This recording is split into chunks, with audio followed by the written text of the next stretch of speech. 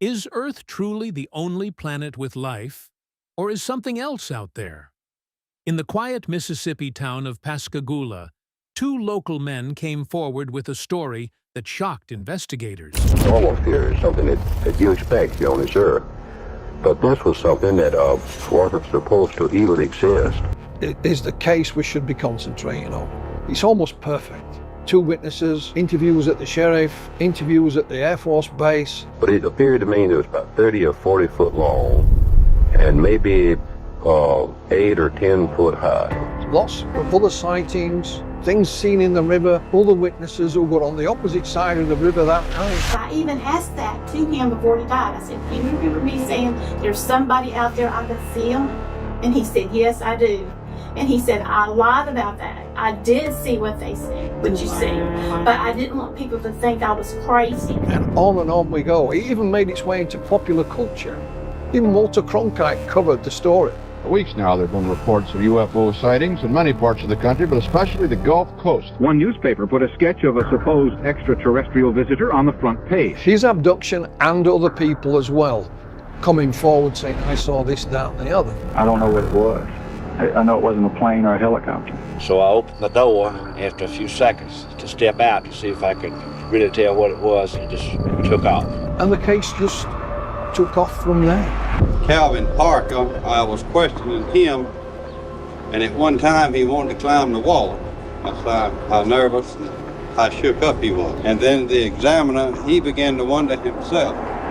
So he ran the third test, and he believed just what Mr. Hixon had told him. So you would believe them then? Oh yes, there's no doubt whatsoever that they were telling the truth. The sheriff who was involved, Sheriff Fred Diamond, 2 nights later had his own UFO sighting. These things weren't beings, they were robots. Yeah. I believe the beings that has contacted me since then was the beings that were controlling these robots.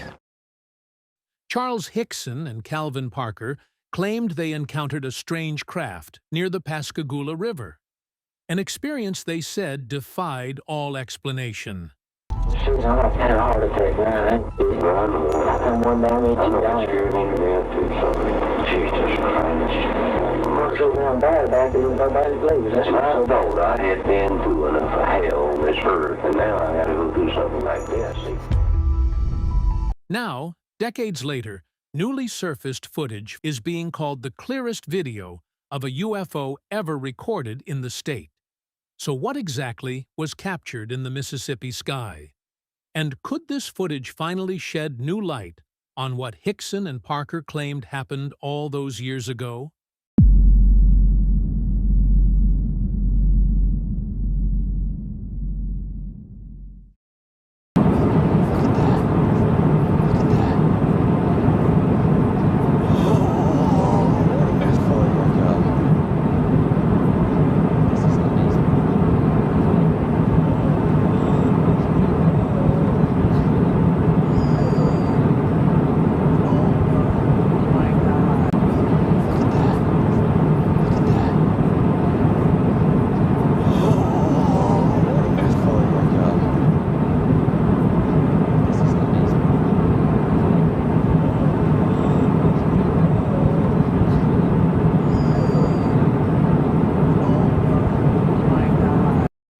In May 2018, a disc-shaped UFO was filmed in the skies over California, and it captured attention for its unusual appearance and sudden, unexplained movements.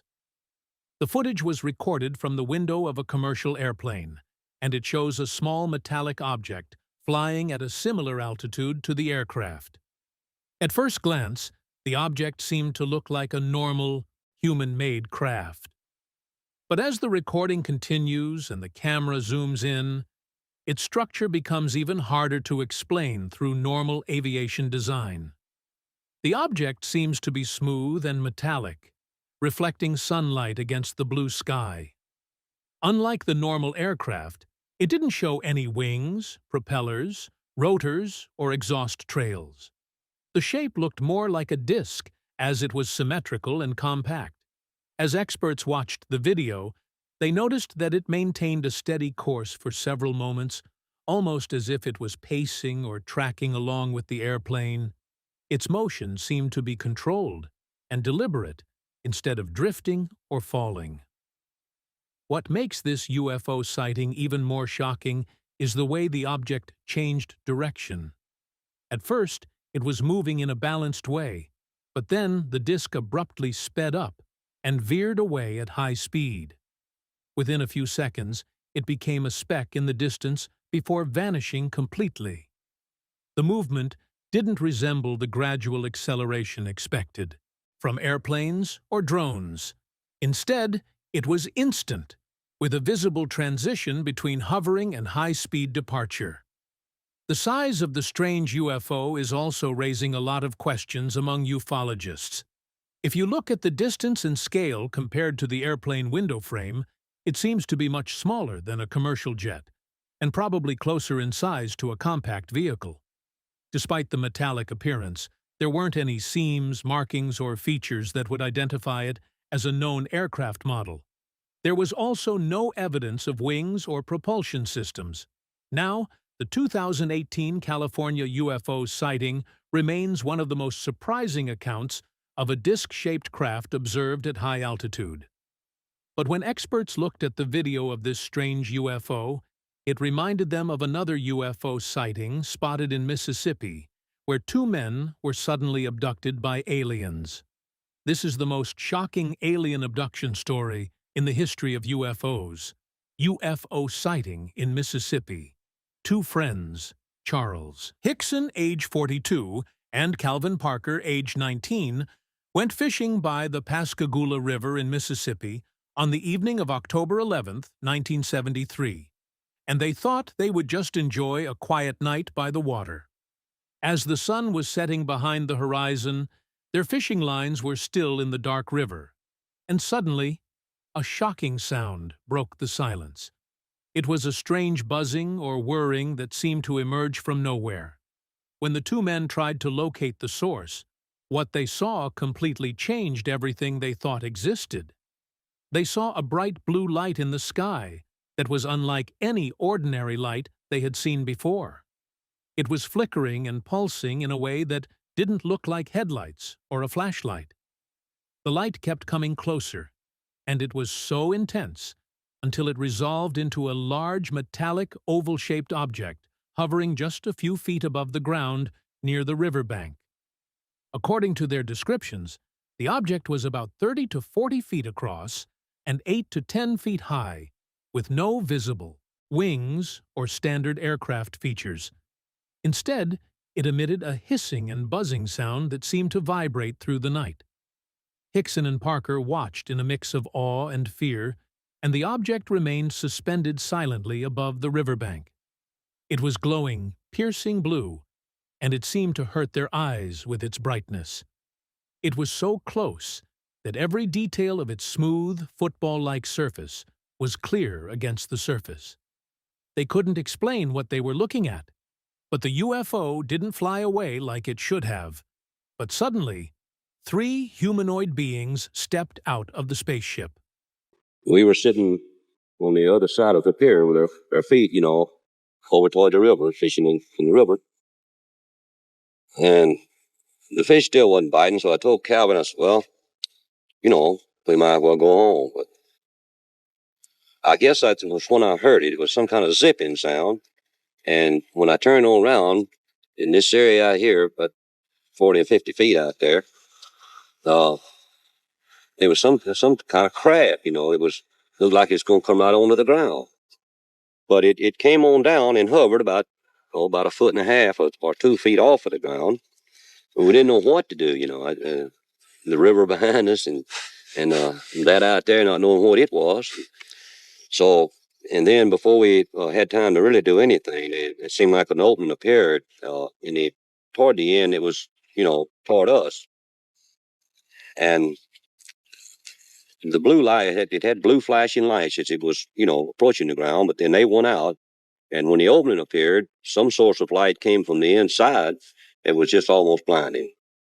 Of course, we could see them in the opening coming from, when it started out to craft. But did you think it was people coming out at first? Well, they had. I kind of thought it was people at first, off like that. But of course, when they appeared there in front of me, it was the most shock I've ever had in my life. What did you see? Well, they were shorter than me. I'd say about 5'2" or 3", and they didn't have a neck. Their head, it seemed to come directly to their shoulders, and they had something. It came out to a point about where a nose would be, and on each side the ears. And I believe that they looked like they were a little longer on the ears than the nose. But still pointed the ears. They were still pointing, yes. But it seemed to me when they came out that doorway or that opening or whatever it was, then just almost instantly they were right there on us. And their arms, they had arms. And I saw the arms moving here and in the shoulders, but they had webbed. I mean, their fingers were webbed, and then they had something like a thumb, and they were like this. Mm-hmm. They had me one on this arm like this, and on the other one, they had my other arm like that. And I just seemed to lift up to the same height they were off the ground, and we just moved into the crack. Now inside, how did they lay you out? Do you remember how it happened? Yes. I didn't see any tables or chairs or anything in there. I'm not saying it wasn't in there because the light was almost blinding, but I didn't see any. And when they carried me inside, they seemed to just lean me back, And this eye, well, I keep referring to it as an eye, and it moved up to in front of me about this close. And it started right at my eyes, looking me right in the eye. And it hesitated there for a few seconds, and it just started moving over my entire body. When they brought me from the craft along this area here, and they didn't drop me, they just released me back to the ground. And I fell. I don't know why my legs were weak. I don't know why it was the fright or what it was, but I fell onto the ground. And that's when I seen Calvin. He's standing right over here in this area, and he was standing facing the river with his arms outstretched like that, just like he was staring at something. I think there has to be a reason why that Calvin and me was picked. Maybe because you could take it. Well, it might be. I don't know. I think that they know more of what's going on down here on this earth than we think. And I don't know. They might have been, you might say, looking for somebody that could, you might say, hold up under the strain and convince people that there is another world and there's some kind of life on that world. Abducted into the spaceship. Suddenly, 3 non-human beings appeared from the football-like UFO and seized Charles Hixon and Calvin Parker. According to their accounts, as the creatures approached them with stiff, floating movements and claw-like hands, both men were paralyzed almost instantly, and they couldn't move or resist as they were lifted up and carried into the strange craft. Hixon later revealed that he felt his body go numb under their grip, as if an unseen force held him suspended in midair, while Parker at first lost consciousness from shock before he was brought aboard the ship. Inside the vessel, the world outside seemed to have vanished, and it was replaced by a space that was overwhelmingly bright and devoid of familiar features. Hixon found himself still floating, supported by invisible means, as he was moved deeper into the interior of the ship. There were no seats, chairs, or walls that could be identified in the ordinary sense. It was just a smooth, illuminated environment that seemed to radiate light from every direction. In this surreal setting, he encountered a strange, eye-like device. This mechanical apparatus drifted toward him, hovering several inches away, and scanning him with a slow, deliberate motion that Hixon said looked like a medical examination. The device traced his body from head to toe, circling and gliding as if it was gathering information. Then it receded into the ship's structure just as silently as it had appeared. Parker's memories of the interior were fragmented at first, but after regression sessions, he remembered being led down a hallway and positioned on a slanted glass-like table. One of the beings remained nearby as a small object, about the size of a deck of cards, and then it moved across his body, clicking intermittently in a manner that reminds you of a medical scanner. At other times, He felt a calming but eerie numbness, as if some force or substance had been administered to keep him compliant during the process. While they were on the spaceship, communication was minimal, and they experienced more through action and presence than words. They were examined, observed, and studied for a while, and eventually, after Hixon estimated it might have been 20 minutes, they found themselves back on Earth. The craft had vanished as mysteriously as it had appeared, and they were left disoriented yet physically unharmed. Once they were released back to the riverbank, they returned to Calvin's car found with broken glass, and then they drove to seek help. Eventually, they decided to report the incident to the police. Of course, the law enforcement didn't believe a thing they said. The abduction by a UFO of two shipyard workers, Charles Hixon and Calvin Parker, in October 1973 caused a sensation in the United States. The men were out fishing when behind them landed a cigar-shaped, silver-colored UFO, about 30 meters in length and emitting bright blue light. On October 11th, 1973, Calvin Parker, a friend of mine, and myself went fishing on the Pascagoula River in Pascagoula, Mississippi. It was probably a little after the sun went down in the evening, and we were fishing from a pier out into the river, and I heard some sound behind me, a hissing-like sound, and I turned and looked, and there was some kind of craft was hovering about 18 inches or 2 foot above the ground, and Calvin had turned by this time. He was looking at the same object. There was blue lights up on the end that was toward us, which I'm assuming was the front, and a door, a sliding door, I assume, appeared there, and there was a brilliant light that came outside of the door, and 3 things, I found out later, were robots. They came into this beam of light and came outside, and 2 of them took hold of me, and 1 took hold of Calvin, and when they took hold of me, I felt pain in my left arm, and I seemed to rise above the ground to the height that they were into the light beam, and they carried me aboard the craft, and inside the room that we were in was probably round. It was glowing from the walls and the ceiling and the walls and the floor, and these things released me, and I could move my eyes, the only thing I could move, and in front of me, something came out from the wall. It appeared to be a big eye. It moved up in front of me in my face, and it lingered there a while, and then it moved downward, and I'm assuming it went under me and came back over the top of my head and back in front of me again. And this thing remained there a few minutes, and then it went back into the wall. And by that time, these things had come back and took hold of me, and we turned and was in the beam of light and went back outside the craft, and they released me, and I fell to the ground. It was this time I saw Calvin, and he was standing there with his arms outstretched. He appeared to be going in shock. And I made myself toward him, and before I reached him, I heard the hissing sound again, and I looked behind me and saw those blue lights, and this craft was just instantly gone. And I made my way on to Calvin, and I brought him back from going into shock, and where I could talk to him, and I tried to assure him that they hadn't done any harm to us physically. I didn't know what they had done to him mentally. These things were robots. They were about 5 foot 6 inches tall.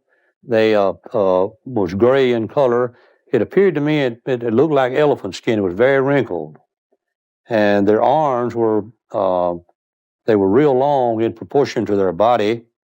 Their legs remained together. They didn't have feet. It seemed to be something round where the stumps where the feet should have been. And I knew, or I know now, that these things were robots. They didn't have any indication of breathing. They didn't have any eyes. Then I found out later under deep hypnosis that there's a window to the left of that area where the eye came from in the wall, and they were living beings in that, looking through that window at me. I don't think they could come out into this atmosphere, and they had the rowboats out there to examine me. We didn't know what to do. after the craft left, and in talking, we decided that we'd call Keesler Air Force Base, which is only about 25 or 30 miles from there. We called Keesler, and I called Keesler, and they told me that they didn't handle those things, that we'd have to go through our sheriff's department. So then we hesitated there. We didn't want to be called nuts and so on, but I finally decided that we needed to tell someone. I thought it might be a threat to our country. Police recordings and polygraphs. At the sheriff's station in Pascagoula, after Hixon and Parker reported their extraordinary encounter with a UFO, the investigators were obviously skeptical. The deputies separated the men and grilled them to check if their testimonies would be the same. At that moment, the main question was this a hoax or real trauma?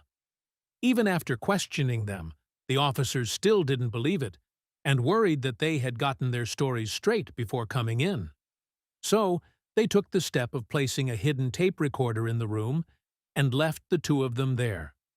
They hoped that the two of them might talk to each other, thinking no one else was listening, and admit that they invented the story or reveal inconsistencies. But when they brought the tape recorder out, the authorities realized that it might be more serious than they expected. Instead of casually fabricating details or joking about their experience, the tape contained the voices of two men who sounded very afraid, disoriented, and shaken by what they had witnessed. On the recording, Hixon is heard expressing profound shock and anxiety, saying things like, "It scared me to death too, son. You can't get over it in a lifetime. Jesus Christ have mercy." And then Parker was also showing distress and confusion from the event. Instead of dropping their story or contradicting themselves, the pair continued to talk in a frightened tone. The officers realized that they were not spinning a tall tale, and this was one of the biggest pieces of evidence that this alien abduction really happened. In the days that followed, the men even volunteered to take polygraph tests to prove that they were saying the truth. Hixon took a lie detector test and was judged truthful, but Parker was feeling an emotional burden, and the test didn't produce accurate results. Skeptics say that the polygraphs are not reliable, and there are irregularities in how they were administered. At the same time, both the secret recordings and polygraph results upheld the sense among investigators that Hixon and Parker aren't fabricating their story for attention. After all the police investigations, the story of the alien abduction spread, and this attracted the attention of the Air Force. According to FBI files, Hixon and Parker were interrogated for hours in the Jackson Sheriff's Office the following day. What made the interrogation special was the presence of 12 federal security experts, including 3 colonels, 2 lieutenant colonels, a major, and a captain, led by Colonel Amdahl, a senior medical officer. Professor James Harder's use of hypnosis and a lie detector test showed that the men were telling the truth. In the case of Hixon, the incident did not remain his only UFO contact. They have continued to this day. Since 1973, I've been contacted many times from these beings. They've told me of world events that will happen. In fact, they told me that for a reason that communism would fall, and I told the news people about this before it did fall, and they didn't believe me. They laughed at me. We know now that communism in Russia has failed, and it's going to soon be a thing of the past. These people have told me of a major event that's going to happen in the world that's going to affect everyone. But I'm not prepared and can't talk about it at this time. But later on in that year, or the early part of the next year, in January, I'm really an outdoorsman. When I'm not working, I do a lot of fishing and a lot of hunting. There happened to be a tree farm there close by my home that to about 750 acres that I spent a lot of time on and hunting and fishing. There's a fine stream with a pond there. But I had gone back in there fishing, hunting in January, and I was sitting down under a hickory nut tree, squirrel hunting, and this same craft that Calvin and myself had seen in Pascagoula came down in an area close by me. And up until then, I was very frightened. I was afraid to go out at night by myself. I didn't know what was going to happen. But they just seemed, I was sitting down under the tree, it just seemed a voice came to me that to not be afraid, that they didn't mean me any harm, that they would be another place or another time. And it frightened me all of a sudden, but then I immediately got up and went straight home. My wife was alarmed that I didn't continue my hunting, so I told her what happened. But all the fear was gone, that these things didn't mean us any harm, that I thought in the future I would get to meet them. And in the May of that same year, in Mother's Day, we had gone up to my father's farm up in further up in Mississippi to spend a day with my mother. And we were coming home late at night, my wife and myself and three of our children, and we had a terrible experience. They thought it was terrible. We were coming in a area that was not very populated, a wooded area off the main highway coming home, and there was a light that kept following us. And later on, it came around in front of the car and was coming down in the road to land. And when my wife saw it, she just became hysterical. And my youngest daughter at that time, she was a baby. In fact, she graduated high school this year. She came along late in life. But anyway, she was quite young, and she was asleep, and it alarmed her, and she had awakened and was screaming. My wife was screaming. But this craft moved back up into the sky, and it moved around to our right, and moved out into a field, and came down and lit the entire area up, and had a row of lights all the way around the craft. Well, we had stopped the car at that time, and I was trying to get out of the car. I knew it was my time to meet them. And before I could get out of the car, my wife was screaming, and my youngest son, and she held me and wouldn't let me out of the car. So then the voice came to me again, this is not the time. It'll be another time. And we left. My wife became so hysterical that we left, and I could see, looking back, that the craft was still there, hovering when we left. It was a lot larger craft than what Calvin and myself had seen.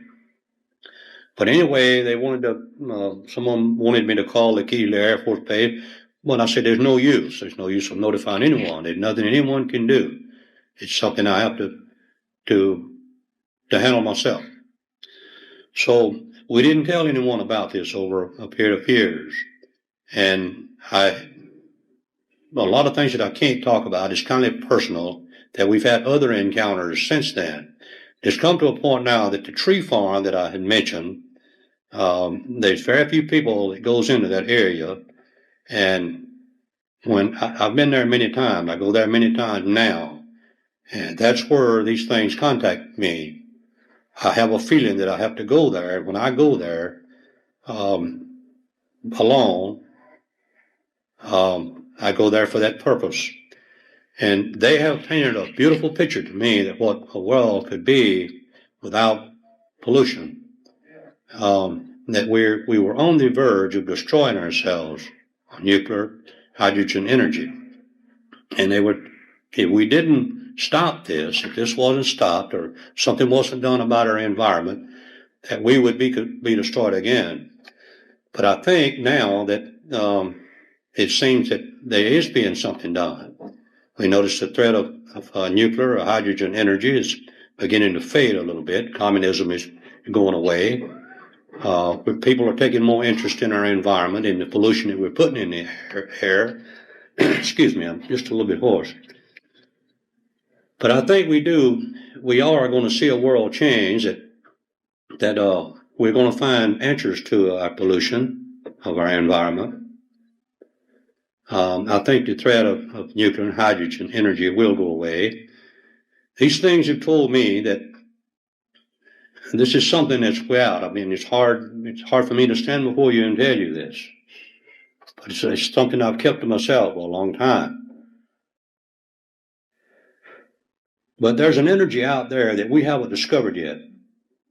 It's an energy that, for instance, the movement of the planets in our universe, in our solar system, there's an energy that moves these planets. And I think they've learned how to tap this energy. It's something that's there, it's free. And I think in the days to come, in the very near future, that we're going to tap into some energy that's going to make everything else obsolete. I think we're going to see a much better and a more beautiful world to live in. And also, I'd like to say, while I'm talking with you, that being reared a hardshell Baptist in South Central Mississippi, we simply lived in our own little world. I didn't believe or even think about these things until this happened to me in Pascagoula, Mississippi. I certainly didn't believe in reincarnation, but I believe in reincarnation now. I think I've lived before and I'll live again. I think this world it's been destroyed several times. Our civilizations has been destroyed. It was on the verge of being destroyed again.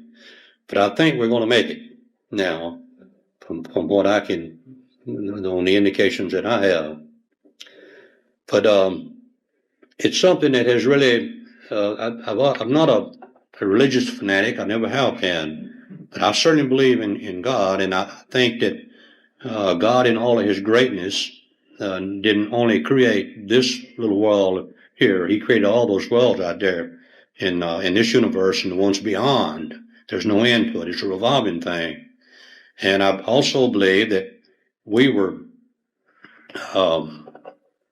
planted here, that something that's greater than we are, that come under the jurisdiction of God, has us here as an experiment.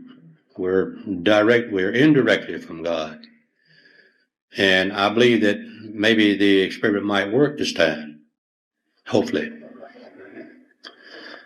So I'd like to leave you with that, but I'm open to any questions that anyone might ask.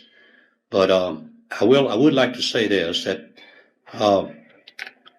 it's made me a lot better man than I was back before 1973 to know that there are life out there, and there's a good possibility that life is going to help us grow into something that will never be an end. Tests and hypnosis. The story quickly spread.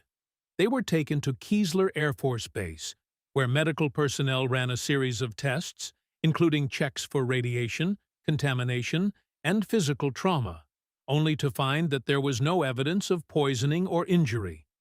It left the doctors puzzled and also unsettled because they could not understand what happened to them. Back to the civilian side, investigators and UFO researchers started exploring other ways to understand what the men reported. Both Hixon and Parker had gaps in their memories, likely due to shock and fear, and professionals tried to use hypnosis to recover the details that they could not recall consciously. One of the earliest practitioners on the scene was Dr. James Harder, a respected figure in UFO research, who attempted regressive hypnosis soon after the incident. Hixon's session had to be halted early because he became overwhelmed by fear as memories surfaced, showing just how traumatic the experience was for him. Parker's initial session was even more difficult, and his emotional distress was so intense that the process couldn't continue at the time. Over the years, both men returned to hypnosis under the guidance of other investigators, including the well-known figures in the field. These sessions were intended not to fabricate narratives, but to help them describe sensations, environments, and elements of the encounter that they hadn't been able to articulate before. Hixon's hypnotic recollections often mentioned the vivid brightness of the craft's interior and the feeling of floating during the examination, while Parker's subsequent sessions helped draw out memories clouded by terror. In addition to hypnosis, Both men volunteered for lie detector tests, believing that if their experience was genuine, the tests would reflect their sincerity. Hixon, at least, passed multiple polygraph examinations, which investigators at the time viewed as evidence that he believed what he was saying, even though polygraphs are not definitive proof of truth. As the police and Air Force tried to further investigate the alien abduction in Mississippi, they found out that Hixon and Parker weren't the only ones who saw something that night. Another local witness, Maria Blair, reported seeing strange blue lights the same night. And this was just one of many other independent testimonies from that night. The clearest footage of this UFO has emerged from California, and it's defying all logic, reminding ufologists of the shocking case in Mississippi. How much truth do you think is in this alien abduction? Let's know your thoughts in the comments. Remember to like, share, and subscribe for more. Also, click the next video showing on your screen. You will enjoy it.